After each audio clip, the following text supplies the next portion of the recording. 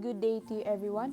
My name is Balindong and I am here to discuss to you about my mnemonic technique on how to get the valence electron and Lewis electron dots.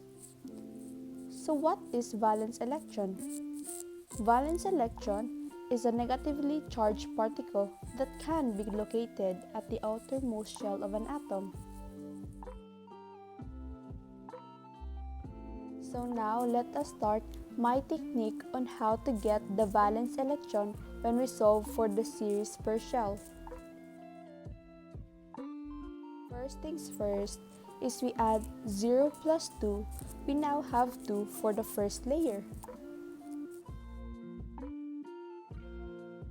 Second is we add 2 plus 8. Now we have 10 for the second layer. Now for the third, we add 10 plus 18. We now have 28 for our third layer. Fourth is we add 28 with 18 again. We now have 46 for our fourth layer. And lastly, we add 46 plus 32. We now have 78 for our last and fifth layer. When we summarize all those layers, we now have 0, 2, 10, 28, 46, and 78. Keep in mind that we need to remember these numbers. Now, moving on to the examples, we will use the atomic number of tellurium, which is 52, for our first example. First thing we will do is to subtract it to the closest but less than the atomic number. So which one of these layers is closest but less than the atomic number? We have 46. We subtract 52 to 46. We now have 6 as our valence electron. So let's try another example. We have indium that has the atomic number of 49. So which one of these layers again is closest but less than the atomic number? We have 46. We subtract again 49 to 46. We now have 2 as our valence electron. We will do another example. We have lithium that has the atomic number of 3. So which one of these layers again is closest but less than the atomic number? We have 2. We subtract 3 with 2. We now have 1 as our valence electron. We have another example. We have magnesium that has the atomic number of 12. So which one of these layers again is closest but less than the atomic number? We have 10.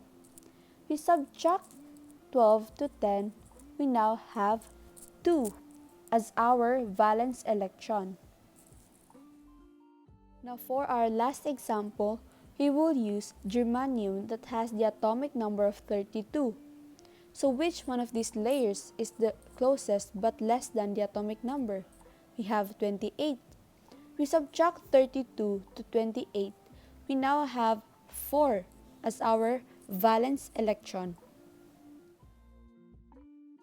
That is all for my technique on how to get the valence electron. Now let's move on to my other technique on how to get the Lewis electron dots. The first thing you will do is to distribute the dots equally, and you base your dots on how many valence electron you have. Now for our examples, we will use the valence electron of lithium, which is 1. We put the dot on one side only. Another example is the valence electron of magnesium, which is 2.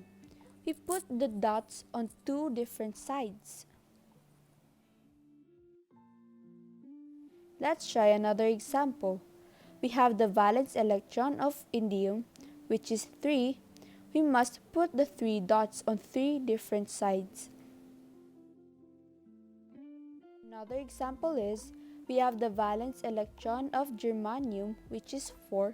We must put the 4 dots on 4 different sides. Now for our last example, we will use the valence electron of tellurium, which is 6. We distribute the 6 dots on different sides equally. Now take a look at all of these examples. Look how the dots are distributed equally on different sides. That's all for my mnemonic technique. Thank you for watching.